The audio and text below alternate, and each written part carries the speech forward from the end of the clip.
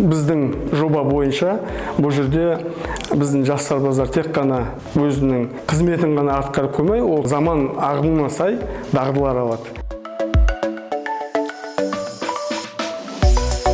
Ештеңеден қорықпау керек. Менде де басында қорқыныш болған, армиядан мынандай деп. Мен біраз зат көресің, армияға келдім, вообще басқаша, мүлдем басқаша. Бізде мысалы казарманың ішінде PlayStation тұр. Күнде кешке жеке уақытта біз PlayStation ойнаймыз. Өзіміздің жеке уақытымызда келіп ағылшын тілін өтеміз. Өзіңді оқу жағынан дамытамын десең, оқуда бар, міне компьютерлар, видео бәрі тұр, камерасы бәрі.